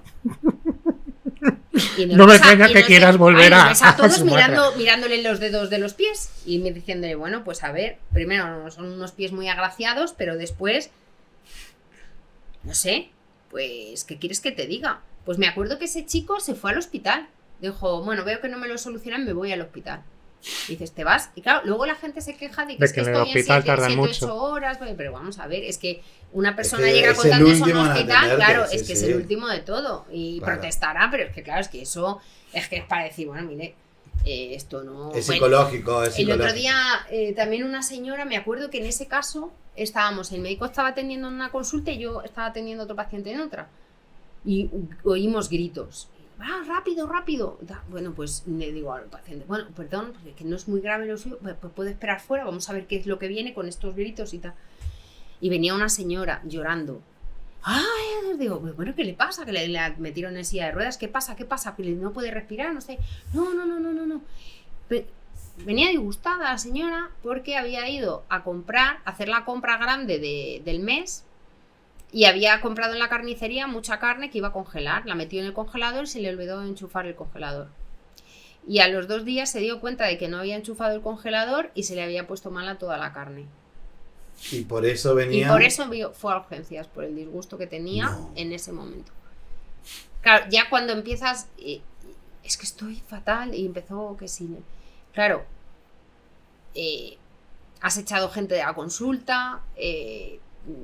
Y además venía acompañada con familiares. Digo, bueno, es que ni la señora, porque está afectada. Señora, ni el resto. Pero es que claro, ¿y qué hago yo con ella en casa con el disgusto que tiene? Digo, bueno, pues no sé, pero aquí a urgencias no. O sea, ¿qué decir? Pues no sé, vamos a gestionar un disgusto de algo que te puede pasar, pues como pinchar una rueda. Claro. O sea, no, estamos llegando a un punto en la sociedad que nos suceda algo, lo medicalizamos completamente y necesitamos que sea otra persona la que resuelva eso o me dé una pastilla que me mitigue el dolor emocional, el dolor físico, lo que sea, pero lo necesito ya, porque no soporto y no tengo recursos para resolver esta situación. Entonces, claro, al final somos casi resolvedores de situaciones. Te ves resolviendo cosas que dices, pero bueno, es que esto... Voy a acabar llamando al taller del coche. Claro, ¿y eso lo has visto aumentado en estos últimos años? Sí. Claro, al principio, después de la pandemia, la gente era muy consciente de la situación en la que habíamos estado los sanitarios en el tiempo de pandemia y entonces bajaron drásticamente las consultas de este tipo. La gente venía realmente por algo que podemos considerar una urgencia o que puedes entender que el paciente pues necesite que le vean rápidamente, que debías de intervenir, ¿no? Porque además la atención primaria se quedó muy tocada. Había poca atención presencial, era casi todo por teléfono, hasta que se ha ido retomando un poco la normalidad, ¿no? Pero estamos en un punto ahora mismo que ya vuelve a ser abuso. O sea, vuelve a ser abuso, vuelve a ser la falta de respeto a los profesionales. O sea, no te puedo decir que a lo mejor no es todos los días, pero 1 o 2 veces al mes sí que recibes insultos y malas formas de gente. Sí. ¿Ah, sí? Ya se nos ha olvidado lo que ha sido los sanitarios en la pandemia. Yo creo que la mayoría de nosotros ni queríamos que nos aplaudieran porque estábamos haciendo nuestro trabajo, pero tampoco queremos que nos insulten. Simplemente queremos que valoren que estamos ahí y que si tenemos que actuar, actuamos, pero que se nos tiene que respetar, porque yo creo... que hemos llegado a un punto en el que además no se nos respeta absolutamente nada. O sea, yo el otro día tuve ya que intervenir porque un chico se empeñaba en que se le tenía que quitar el tapón de cera del oído en urgencias y nosotros le estábamos diciendo que primero tenía que usar unas gotas durante unos días para ablandarlo y que después fuera su enfermera de atención primaria, que quitar un tapón de cera no era una urgencia, primero, y segundo, que era un tapón que tenía que reblandecerse y que le estábamos dando las pautas. Que dónde firmaba él para hacerse responsable, pero que se lo tenía que quitar. Ya le tuve que decir, oye, mira, de verdad, o sea, yo pongo mucho en duda que la gente vaya a la peluquería o que la gente vaya al taller de coches o que la gente vaya al banco y le hable así al que está en el banco, al que está en el taller y le diga, no, tienes que hacer lo que yo te diga. Porque sí. Es que la gente ya va diciéndole al médico qué antibiótico le tiene que poner. Entonces, yo hay veces que pienso, madre mía, o sea, no, la gente no se para a pensar, le estoy diciendo a alguien que ha estudiado 9 años, como poco, porque sí, la mayoría siguen estudiando, claro, y manteniéndose al día, le estoy diciendo a alguien con esta formación lo que tiene que hacer. Dices, ¿no crees que a lo mejor nosotros que nos dedicamos a hacer cursos, reciclarnos y estudiar continuamente, no sabemos lo que tenemos que hacer?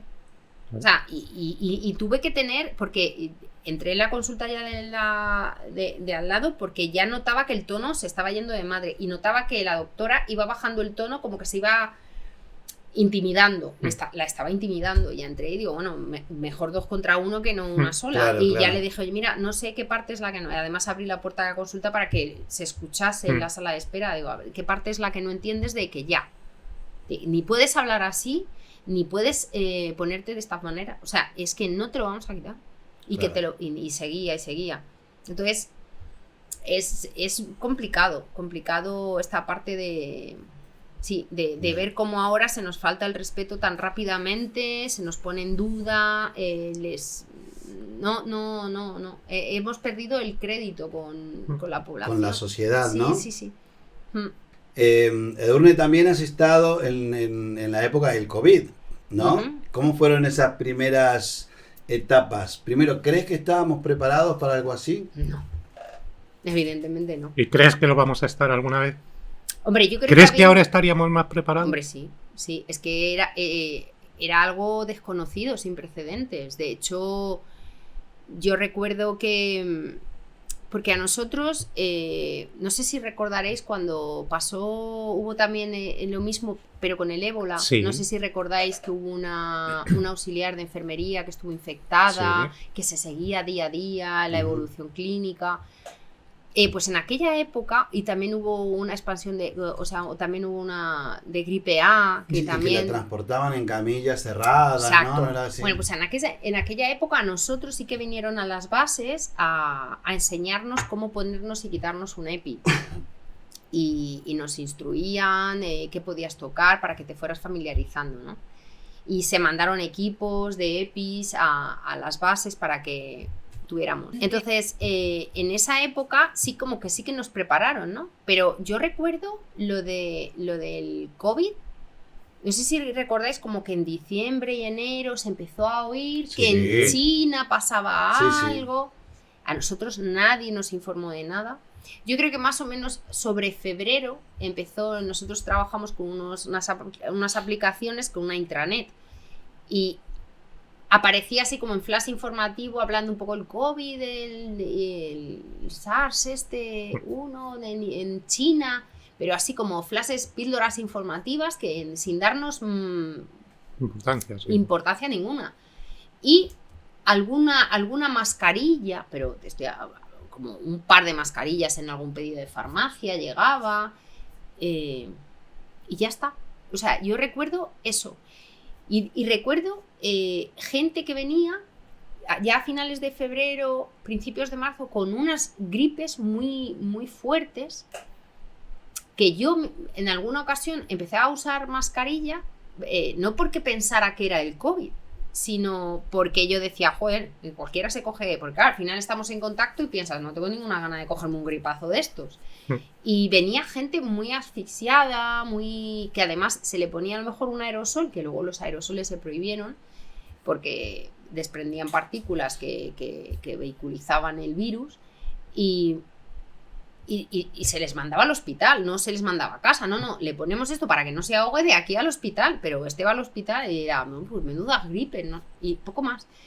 Y yo recuerdo ya, fíjate qué caso, el 8 de marzo, que creo que fue un sábado, un domingo, que es el día de la manifestación esta de la mujer, sí. Que compañeras incluso en el relevo salían de guardia, habían visto mucha gripe, y salientes de guardia se iban a la manifestación. Y yo recuerdo aquella guardia que a mí me llamó un compañero y me dijo, esto del COVID es gordo, porque ya se estaban sacando pacientes de hospitales, porque ya se estaban saturando y ya se estaban derivando pacientes bastante graves a otros hospitales. En Valdemoro hubo un foco de algo de una residencia de que cosían y Valdemoro se saturó y se sacaban los pacientes hacia Getafe, y este compañero me dijo, esto es gordo y ya está aquí, y que si tenía pues familia que iba a trabajar a oficinas y tal, que si podían teletrabajar, que teletrabajaran o que no fueran esa semana. Y yo me acuerdo que esa noche yo me puse malísima, con fiebre en la guardia, y estuve malísima, pero como no ha estado nunca.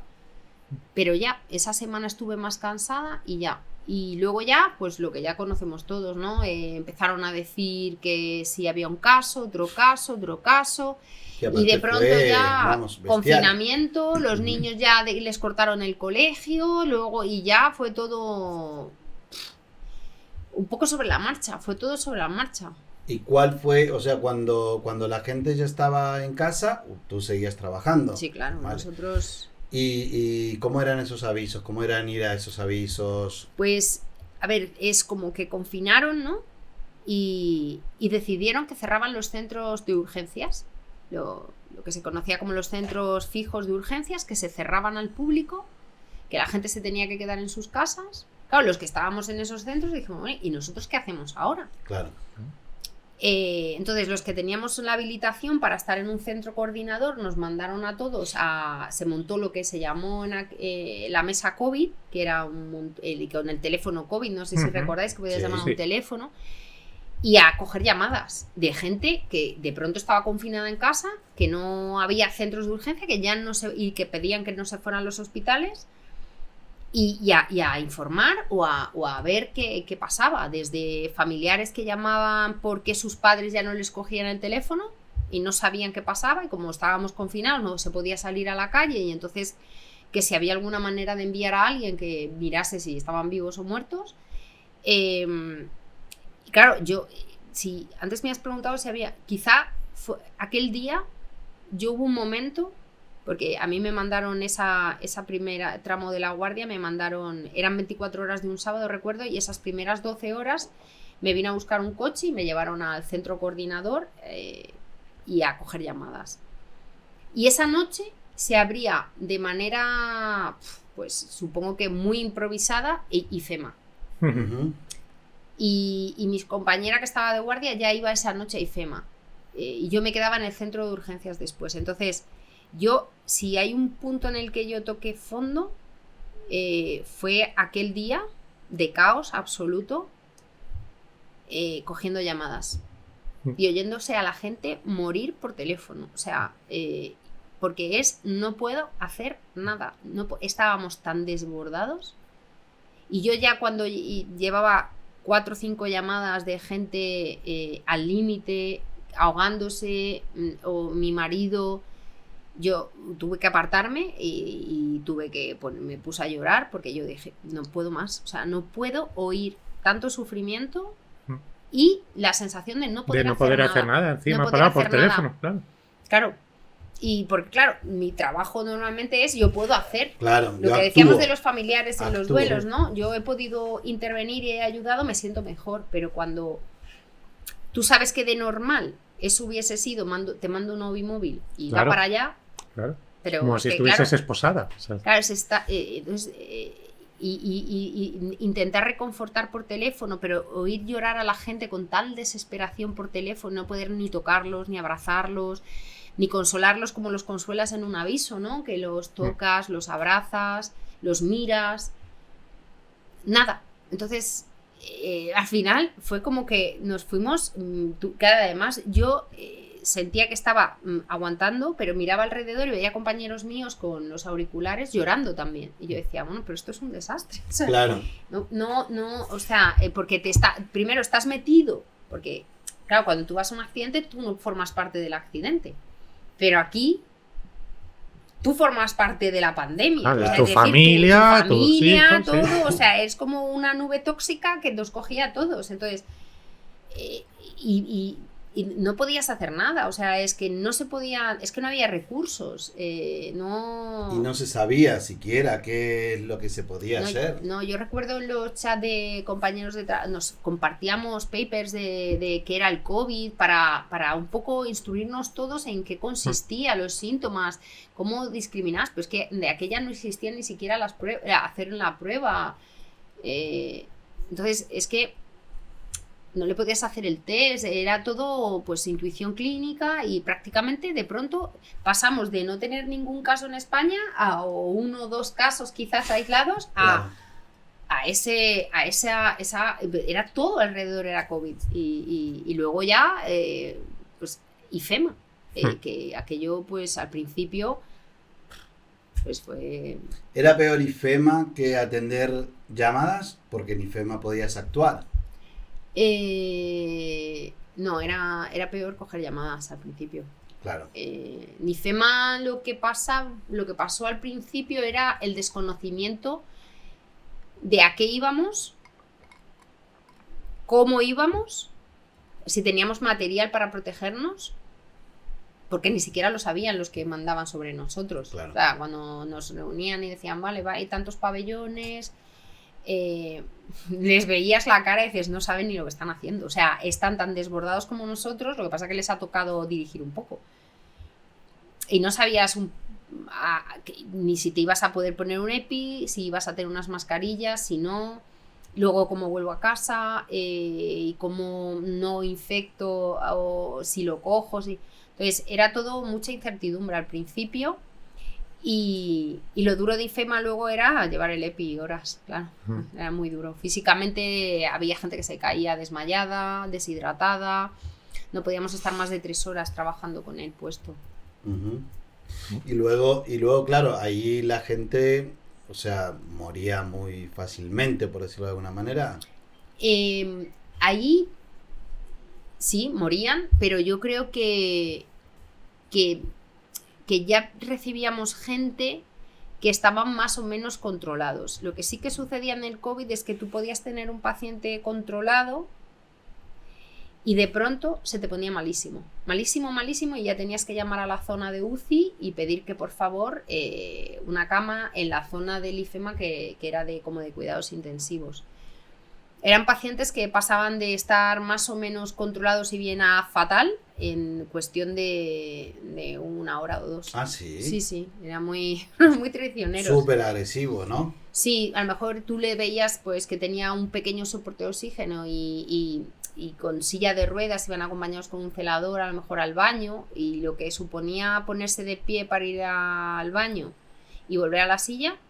Cuando volvían, de pronto ya venían con un distrés, le subías la asistencia ventilatoria, ya los pronábamos, que los poníamos boca abajo, y prácticamente era, madre mía, si es que que pase a UCI, ya intubarlo y ver. Qué impotencia, además todo nuevo prácticamente. Todo nuevo, claro, porque no conocíamos, era muy duro. Y luego había zonas de hombres y zonas de mujeres. Y hay veces que tenías el matrimonio en la zona de hombres, el matrimonio en la zona de mujeres. Y a mí no me pasó, pero a una compañera así, tener al marido y a la mujer, y la mujer mandarle una carta al marido, y de la siguiente carta ya el marido fallecer. Ay. Yo estuve en la zona, sobre todo al principio, de hombres así de mediana edad. Muchísimos hombres. Bueno, claro, era zona de hombres, pero así de mediana edad, muy afectados. Y gente que venía de haber estado en hospital ya ingresados con gripes pues que lo que ingresaron con una gripe, que al final acabó siendo un COVID. ¿Y se reaccionó rápido? ¿Bien o no? Sí, yo considero que para ser algo tan desconocido y tan inédito, sí que luego rápidamente lo que fue IFEMA, que al principio era yo supongo que era un tipo campo de concentración, porque eran camillas sin nada. Alguno tenía la suerte de que alguien le daba una caja de cartón a algún paciente y se montaban la caja de cartón, dada la vuelta, era la mesilla del hospital, porque si no era cama, bala de oxígeno y en la cama. No tenían cargadores, porque claro, no tenían móviles, porque si les acababa la batería, y que era una cama en medio del pabellón de IFEMA, en medio, claro. Entonces hasta que se cayó en la cuenta porque claro, al principio decían cargadores, llegaban los cargadores, pero no tenemos enchufes, claro. Y entonces era un poco sobre la marcha. Y luego se fueron haciendo ya, pues se fueron zonificando, se fue pues haciendo las cosas de otra manera, se pusieron, bueno, al final los pacientes, además luego hubo empresas que se volcaron mucho, entonces mandaban neceseres, se les daba su neceser cuando ingresaban, su zona con un poco más de privacidad, aunque estaban todos ahí. Y bueno, ellos se pasaban allí el día tras día tras día. Al principio era caos, claro. Cajas, yo recuerdo cajas que te ponían una medicación para un paciente y veías una caja entera llena de blisters, sueros, todo mezclado. Y decías, madre mía, y ahora, claro, con el EPI puesto, que era el EPI, las calzas del ébola, era doble mascarilla, 4 guantes, agacharte y levantarte. Luego tú, cuando te quitabas el EPI, el uniforme estaba empapado en sudor. Estabas completamente deshidratado. Entonces, físicamente lo recuerdo también muy duro, muy extenuante. Hacías 3 horas, descansabas 2. Hacías 3 horas, descansabas 2. así toda la noche. ¿Y cuánto tiempo estuviste así? A todo. Desde que empezó la pandemia. Se cerraron los centros de urgencia y hasta que acabó. Se cerró IFEMA. Luego nos devolvieron a los centros y nos mandaban a los domicilios a hacer test COVID o a ver pacientes COVID. Y luego ya empezó la vacunación. Entonces era el Wizzing y el Wanda a vacunar allí en plan a tope. ¿Y hemos aprendido como sociedad algo del COVID, crees tú? ¿Hemos aprendido algo? Yo creo que lo hemos olvidado. Claro, yo creo que aprendimos, pero igual que lo aprendimos, lo hemos olvidado. Aprendimos y lo hemos olvidado. Sí, al principio muy bien, lo de que el dicho de vamos a salir más fuertes o mejores, ni más fuertes ni mejores. Al principio puede ser que sí, quizá el remanente, ¿no? de aquello que vivimos, ¿no? Sobre todo, claro, luego ha pasado una cosa, que yo hablaba del COVID con gente que no tenía nada que ver con el mundo sanitario y mi confinamiento y mi COVID no tienen nada que ver con el confinamiento y el COVID de la gente. Yo no sabía que la gente hacía bizcochos, ni videollamadas, ni nada. No, estabas metida en el mundo COVID. Claro, era llegar de guardia por la mañana, oliendo a lejía, toda la ropa, porque nos duchábamos prácticamente en lejía. Ducharte y comer algo de lo que fuera. En mi caso había conocidos que me hacían comida, purés y tal, y qué bien. Y me cosieron los gorritos estos de quirúrgicos sí. Y dormir, descansar, levantarte a las 4, comer algo y otra vez a IFEMA, y así, y menos algunos días que librabas. Era eso, y la verdad es que no hice prácticamente ningún bizcocho, no hice videollamada alguna con las compañeras de trabajo para tomarnos una botella de vino, y luego ya se acabó y luego empezó la vacunación también, que aquella fue otra... ¿Cuál? Perdón. La vacunación. La vacunación masiva perdón, aquello yo he podido llegar a vacunar en un día 700 personas. ¿De verdad? ¿Tanto? Sí, por persona, tipo por enfermero. Caja registrada, ¿cómo Sí. O sea, sí. Yo ha habido alguna guardia de vacunación que yo he contado entre 600 y 700 vacunas. En 12 horas, sí. Perfectamente. O sea, era impresionante. Yeah. Sí. Además era... no sé si recordáis un chico que se hizo viral porque hizo un monólogo para contarle en el Wanda a los pacientes, como que lo hacía como con una especie de símil del Atlético de Madrid, como dice Simeone. Entonces, partido. Entonces, eran bandadas de gente. Cuando decía siguiente, a lo mejor había 25 puestos de vacunación. Se vacunaba 25 personas en una media de 20 segundos. Sí, yo fui allí porque íbamos de viaje y era lo que tú dices, había 25 puestos y era pum, otro, pum. Sí, claro, ahí es donde se vacunaba todo el mundo. Claro. Vacunabas a famosos, era una cosa, políticos, todo el mundo tenía que pasar por ahí. Porque además no se podía volar, estaba completamente prohibido, entonces todo el mundo...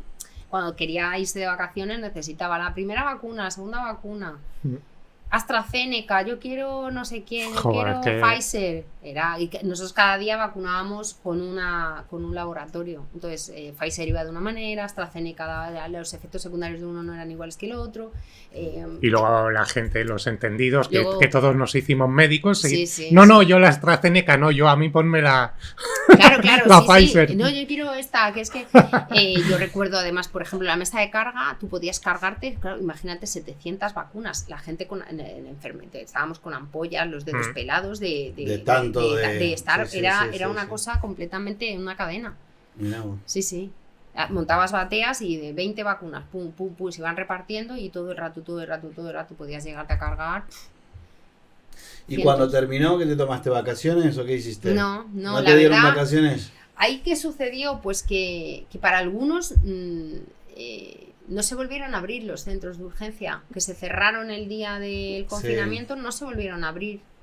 ¿Por qué? Aprovecharon o no se volvieron a abrir oportunidad, tal y como estábamos, no se volvieron a abrir tal y como estábamos antes de la pandemia. Se deshicieron los equipos, nos cambiaron de centros, nos cambiaron de horarios. Yo creo que el personal sanitario nos hemos sentido muy maltratados por la administración en ese sentido. Tanto que se nos pidió y se nos solicitó y nosotros dimos. Ya, y se os aplaudía y tal y cual, pero luego...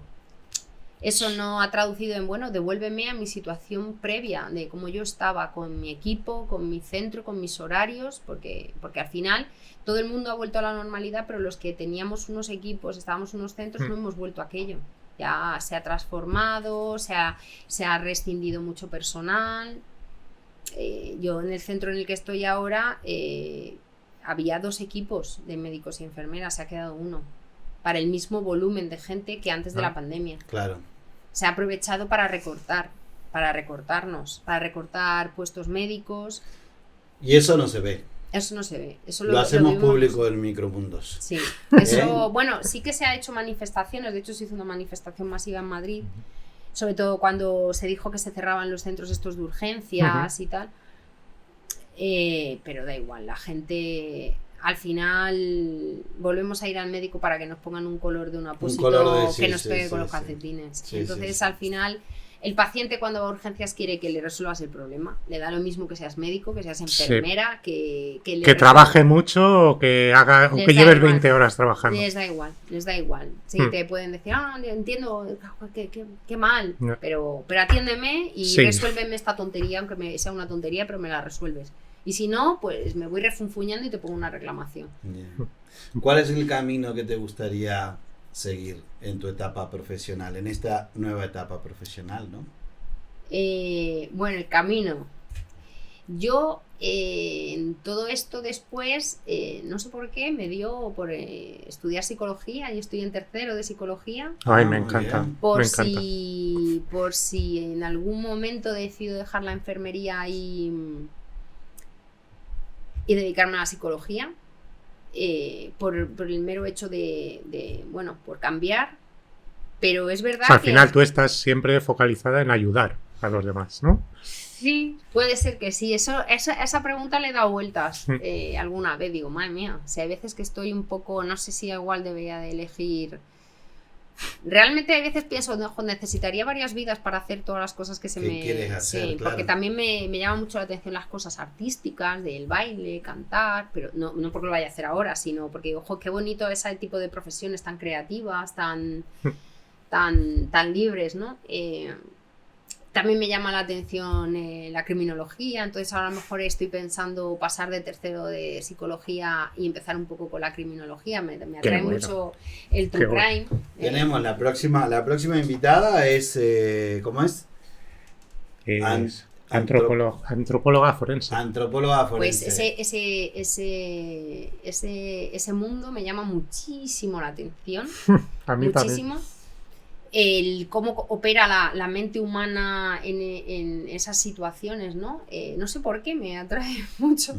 Y le estoy dando vueltas a dejar psicología como tal y convalidar las asignaturas que tengan en común y tirar por ahí. Ya por el gusto, ¿no? Del conocer, claro. Y del saber y quién sabe, no sé. Edurne, ¿crees que todo lo que has vivido profesionalmente te ha ayudado personalmente para aprender a ver la vida de otra manera? Sí, yo creo que sí, supongo que sí. Yo creo que es muy complicado desligarlo, ¿no? Lo que tú eres y lo que vives con quién eres. Al final es la vida, ¿no? Y sí, la forma de tomarte las cosas, ¿no? Que a lo mejor sí que te las tomas en un principio... Que hay problemas que no son tan problemas. No, pero bueno, yo creo que es inherente al ser humano. Siempre decimos con esto que ha pasado ahora del accidente de tráfico de este chico que era futbolista, todo el mundo, es que la vida es un minuto. Bueno, yo pienso a veces, pero no podemos vivir la vida como si fuera el último minuto todo el rato. Claro. Porque no puede ser, no podríamos. Hombre, acabaríamos en la cárcel. Claro. Tú seguro.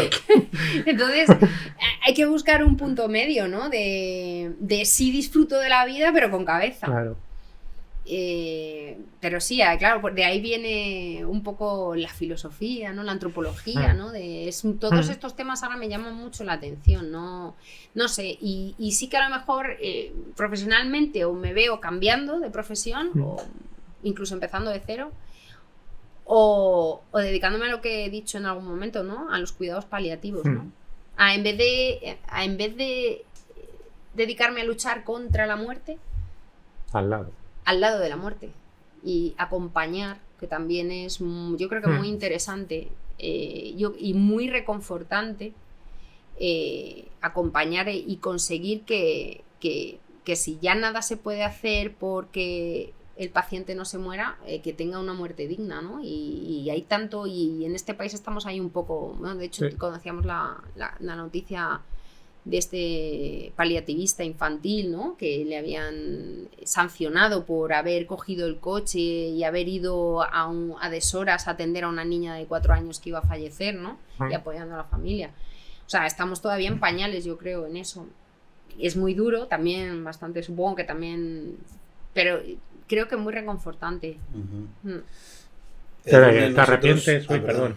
¿Te arrepientes en algún momento? ¿Te has arrepentido alguna vez de haber cogido esta profesión, o si volvieses a empezar habrías elegido la misma profesión? Hombre, yo creo que si pudiera volver, ya habiendo vivido esta vida ya, si pudiera elegir, cambiaría, claro, para probar, no sé. Pero porque ya has vivido esta experiencia. Claro, exacto. Eso no exacto, vale. ya, claro.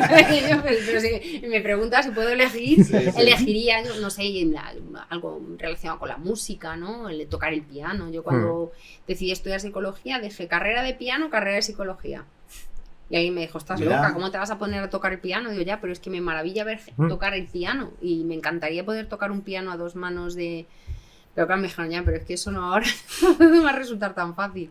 Bueno, pero podrás llegará. No, pues digo, en otra vida a lo mejor, pero no sé si elegiría. También ahora sabes que una cosa es la vocación y luego otra cosa es ser práctico. Claro. A lo mejor sabiendo lo que se digo, algo relacionado con la informática, las redes, el tema de las aplicaciones, podcast, no sé, hay tantas cosas, ¿no? Hay muchas cosas, sí. Lo bueno de experimentar es eso, es tener la mente abierta para buscar lo que realmente uno le gusta, quiere y además, al final hacerlo, ¿no? Yo pienso también que estamos yo estuve medio residiendo una temporada en Canadá y allí era muy normal que a los 40-45 decidieras dar un giro a tu vida y cambiar de profesión. Es que al final dices, joder, tienes una vida solo y toda la vida haciendo lo mismo. ¿Por qué a cierta edad que ya tienes experiencia en la vida no puedes cambiar y dar un giro? Emprender algo que hayas querido siempre hacer, o un hobby que seas, no sé, talentoso para algo y lo tengas como un hobby, a lo mejor ahora puedes emprender y cambiar, ¿no? Yo creo que te enriquece y al final, ¿por qué? Hombre, y sientes que diriges tu propia vida, ¿no? Porque al final la vida muchas veces también puedes que te hayas equivocado o no, pero te va llevando.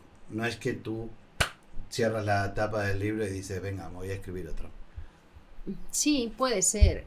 Es que son tantos factores, porque claro, luego eres cómodo por otro lado, ya tienes una estabilidad económica, yo siendo funcionaria ya tengo, entre comillas, asegurado, pero eso también te hace decir, joder, ¿me espera toda la vida siendo enfermera y buscando apósitos que coordinen con los calcetines o puedo hacer algo más? Y entonces es esa sensación de creo que puedo hacer más cosas o me gusta, o a lo mejor es entusiasmo, ¿no? Quizá el cambio es, pues deja la urgencia y vete a paliativos. Pues puede ser que sea ese el cambio. Bueno, pero yo creo que tú tienes la fuerza para hacerlo. Eres una persona, no sé, que inquieta y que quieres experimentar más cosas. Sí. Entonces, supongo que esto irá con la persona, ¿no? Las inquietudes que tengas. Edurne, yo desde Micromundos te quiero agradecer. Yo creo que es una historia, seguiría hablando fantástico, pero no te quiero agradecer primero por estar aquí, ¿no? Pero también te quiero agradecer por todo lo que has dado. Muchas gracias. ¿Vale? Y eso me parece que es súper importante que podamos aprender a valorar el trabajo en silencio que se hace de la gente desconocida, y nosotros tenemos la suerte de haberte conocido, traerte aquí y mostrarle a toda la gente a los muchos o los pocos que nos sigan, pero que puedan conocer tu historia. Y gracias. Gracias a vosotros por invitarme, por escucharme, y ha sido un placer también.